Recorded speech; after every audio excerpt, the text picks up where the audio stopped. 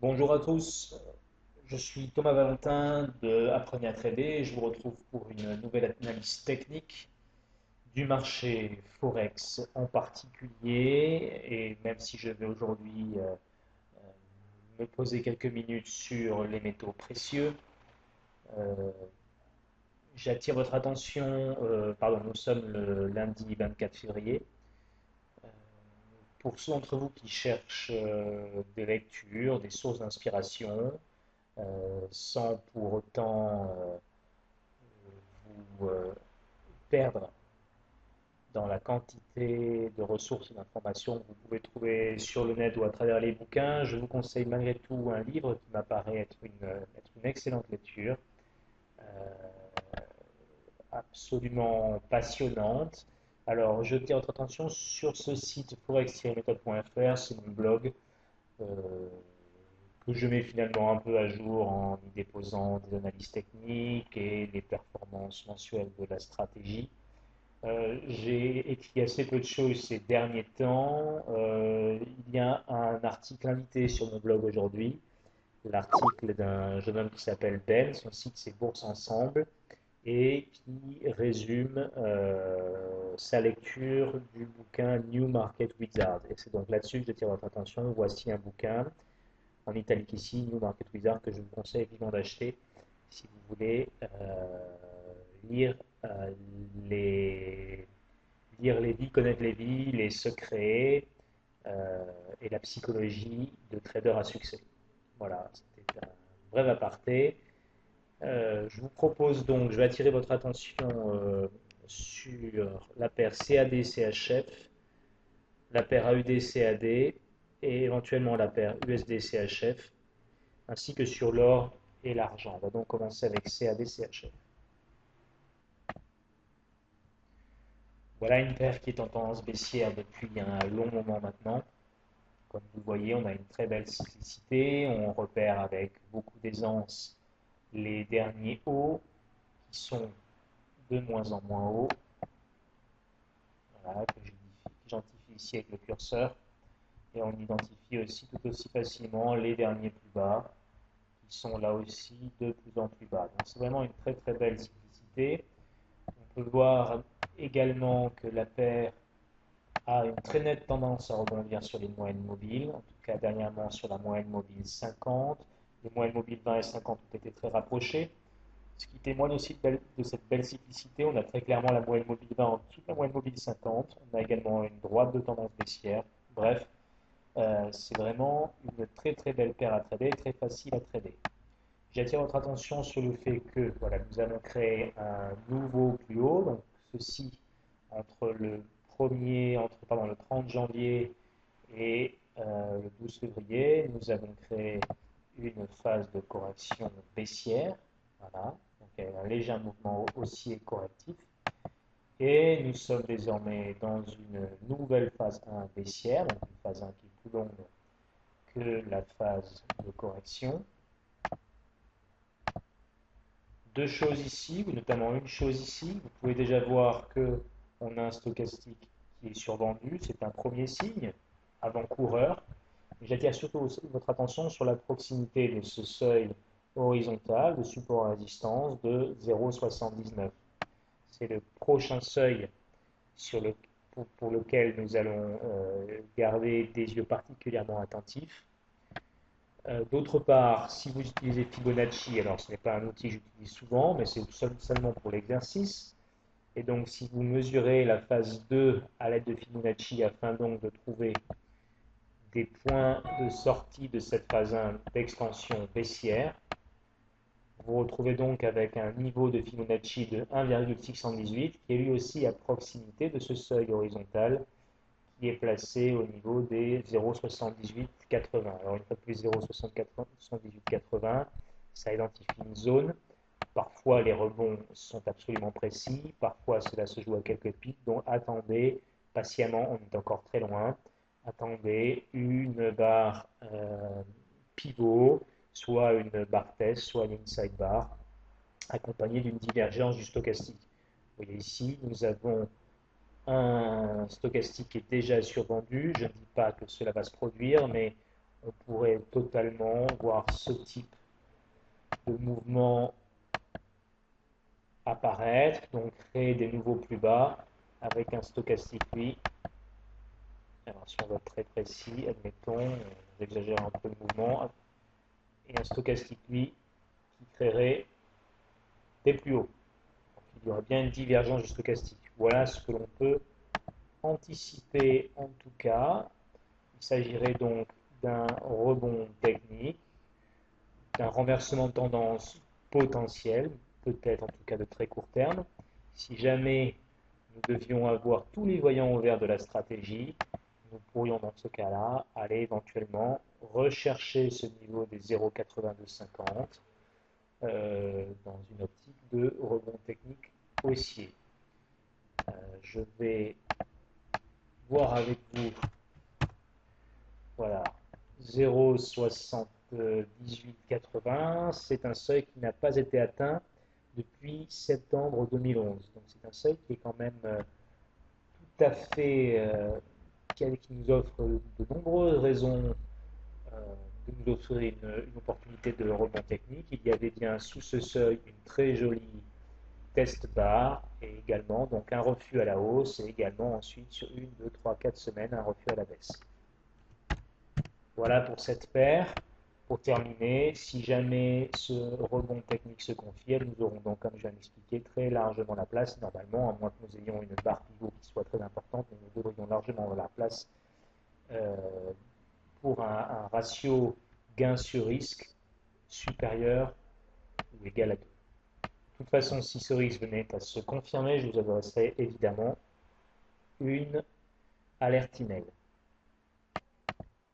Alors, j'attire votre attention maintenant sur la paire AUD-CAD. CAD-CHF tout à l'heure, on est donc dans une optique de vendre du dollar canadien. Ici, AUD-CAD, j'anticipe plutôt un mouvement à la hausse pour la paire AUD-CAD, c'est-à-dire de l'achat de dollars australiens et donc de la vente de dollars canadiens là encore. Qu'est-ce qui s'est passé? Eh bien, nous avons vu que nous venons de casser un précédent seuil horizontal. Alors,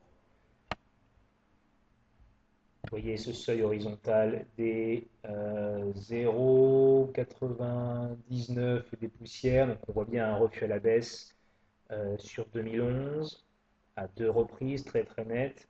Sur 2012 à 2 reprises très très net aussi.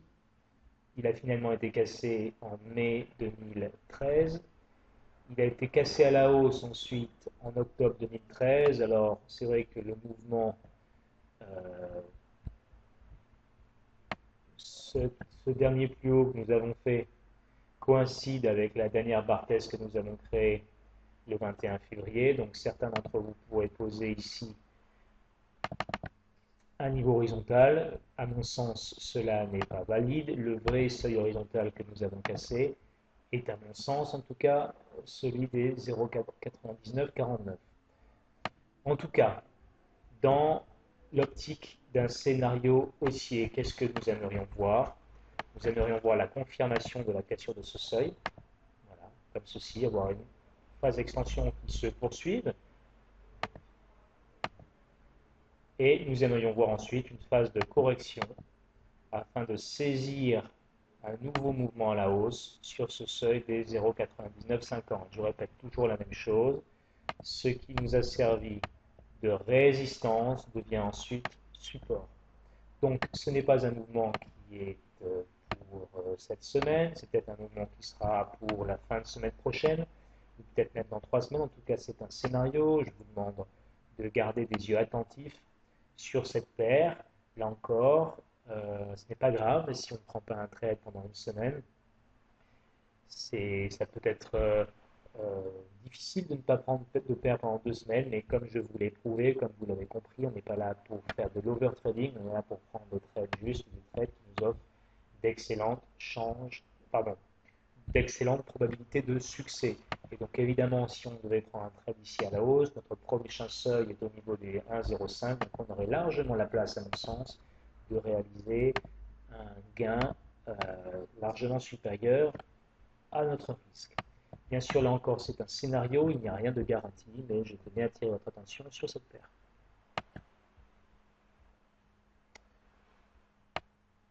Troisième paire sur laquelle je vous demande de garder un œil attentif, c'est la paire USD-CHF.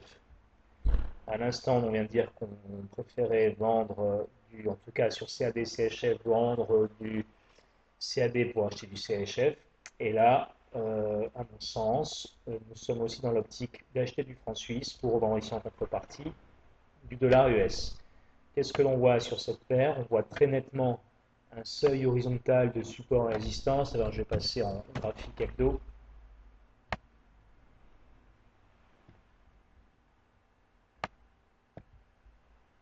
Voilà mon seuil de support et résistance, refus à la baisse ici en mars 2011, refus à la hausse ici en mai 2011, et puis de nouveau ici l'interaction en novembre 2011, un nouveau refus à la baisse en février 2012. Et puis depuis, c'est vrai, depuis en tout cas décembre 2013, nous oscillons autour de ce seuil. En tout cas, il y a un mouvement à mon sens, il y a un niveau de support à résistance au niveau des 0,8540 qui est en dessous, qui pourrait nous servir de cible pour prendre les prochains trades. On se repose aussi, je vais repasser en journalier, sur une droite de tendance que l'on peut dessiner, qui n'est pas parfaite, que l'on pourrait dessiner depuis mai 2013. Donc on a clairement ici des sommets de plus en plus bas, comme vous le voyez, on les a bien identifiés, et des plus bas de plus en plus bas. Qu'est-ce que l'on aimerait voir? Je pense que vous voyez très bien où je veux en venir. Eh bien, nous aimerions voir, évidemment, le prolongement d'une phase baissière, puis peut-être qu'il y aura des petits cycles de correction entre les deux, et pourquoi pas venir prendre un rebond baissier sur ce seuil de support en résistance. Alors je reconnais que ce seuil n'est plus parfait si on prend les données journalières puisqu'il a été cassé sans trop de difficultés récemment. Si jamais vous n'êtes pas convaincu par un rebond au niveau des 0,83, eh bien peut-être patienter, peut-être que ce seuil ici nous servira d'ici 2 à 3 semaines de zone de pivot pour prendre un nouveau trade à la baisse. Voilà. Ce n'est pas le trade le plus parfait, je reconnais que ce seuil, une fois de plus, ce seuil des 0,8940, autant il a agi de façon claire et nette par le passé, autant plus récemment, il a été cassé sans trop de difficulté, une fois ici, puisqu'on est descendu à 0,8889, une fois ici, deux fois, une troisième fois ici. Mais en tout cas, je tiens à ce que vous gardiez un œil attentif sur cette paire une fois de plus, parce qu'il ne serait pas du tout faux de tracer un nouveau seuil de résistance, là, niveau horizontal ici. Donc gardez un œil attentif sur cette paire. Là encore, de toute façon, je vous adresserai une alerte email si jamais une opportunité venait à se dessiner. C'est à mon sens tout pour le Forex cette semaine. Je ne pense pas qu'on va avoir, ne devrait pas avoir de trade franc ou d'opportunités franches sur d'autres paires que celles que je viens de mentionner. Voilà, donc je garderai un œil attentif pour vous en tout cas sur les autres paires si jamais quelque chose venait à surgir. Je vous demande également de garder un œil sur l'or. Vous êtes encore en, en démo pour la plupart d'entre vous, donc rien ne vous empêche de commencer à vous habituer à trader autre chose que le forex. Je vous ai dit que cette stratégie marchait tout simplement aussi sur les matériaux précieux. Qu'est-ce que l'on voit? Nous sommes clairement sur du haussier depuis le 19 décembre 2013. Cela fait maintenant un long moment et nous avons un seuil de support résistance au niveau des 13,50. Qu'est-ce que vous voyez également ici? Nous avons bien un stochastique, pardon, des prix qui affichent des plus hauts et le stochastique semble avoir quelques difficultés lui aussi à afficher des plus hauts. Donc nous ne sommes pas encore au niveau de ce seuil de support en résistance, mais si jamais nous avions une barre pivot vendeuse au niveau des 1,1350, eh bien tout laisse à penser que nous aurions aussi une divergence du stochastique. Donc je vous demande de garder un œil attentif sur l'or. Je sais bien que pour la plupart d'entre vous n'avez pas encore de logiciel de chartisme, mais vous devriez, pas vous devriez, mais vous avez cas les graphiques de cet indice sur la plateforme démo de FXCM.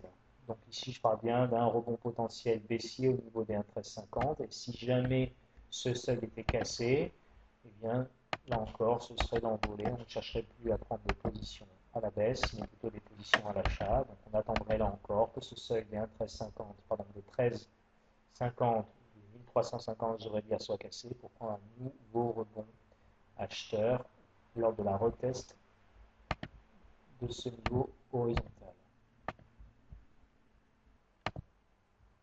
Voilà, et je vous invite également à garder un œil sur l'argent qui se tradera de façon assez similaire à l'or. On a cassé un récent seuil de support-résistance à 20,58. Le prochain seuil est au niveau des 23. Notre stochastique est pour le moment suracheté. On vient de créer des plus hauts. Le stochastique semble avoir des difficultés à créer des plus hauts. Donc une barre test ou une barre pivot au niveau des 23, accompagnée d'une divergence du stochastique, nous donnerait une opportunité de trader à la baisse cette paire avec pour cible, et bien pourquoi pas, ce seuil horizontal que nous avons cassé à la hausse et que nous pourrions revenir tester à la baisse. Donc voici un scénario possible. Voilà. Pour ensuite, pourquoi pas, être témoin d'une sortie de cette zone. Nous pourrions tout autant prendre un trade à la baisse pour être sorti du trade par le marché et voir un nouveau plus bas, plus haut que le précédent, donc une continuation de cette tendance haussière. Et si jamais nous n'avons pas d'opportunité de trade à la vente, eh bien de la même manière, le deuxième scénario, ce serait d'avoir une opportunité de trade à l'achat sur cette paire. Pardon, sur cette paire, sur ce métal qui est ici l'argent. Voilà en tout cas ce sur quoi je voulais attirer votre attention. Comme je le disais un peu plus tôt, s'il y a des opportunités sur d'autres paires, en tout cas aujourd'hui rien ne me paraît très clair, suffisamment clair pour en faire une analyse, j'attirerai votre attention et je vous adresserai une alerte email. Donc pour le moment, je souhaite que vous gardiez un œil attentif donc sur CAD, CHF, AUD, CAD, USD, CHF, l'or et l'argent. N'hésitez pas à revenir vers moi si vous avez la moindre question. Je vous souhaite une excellente semaine de trading et je vous dis à très bientôt. Au revoir.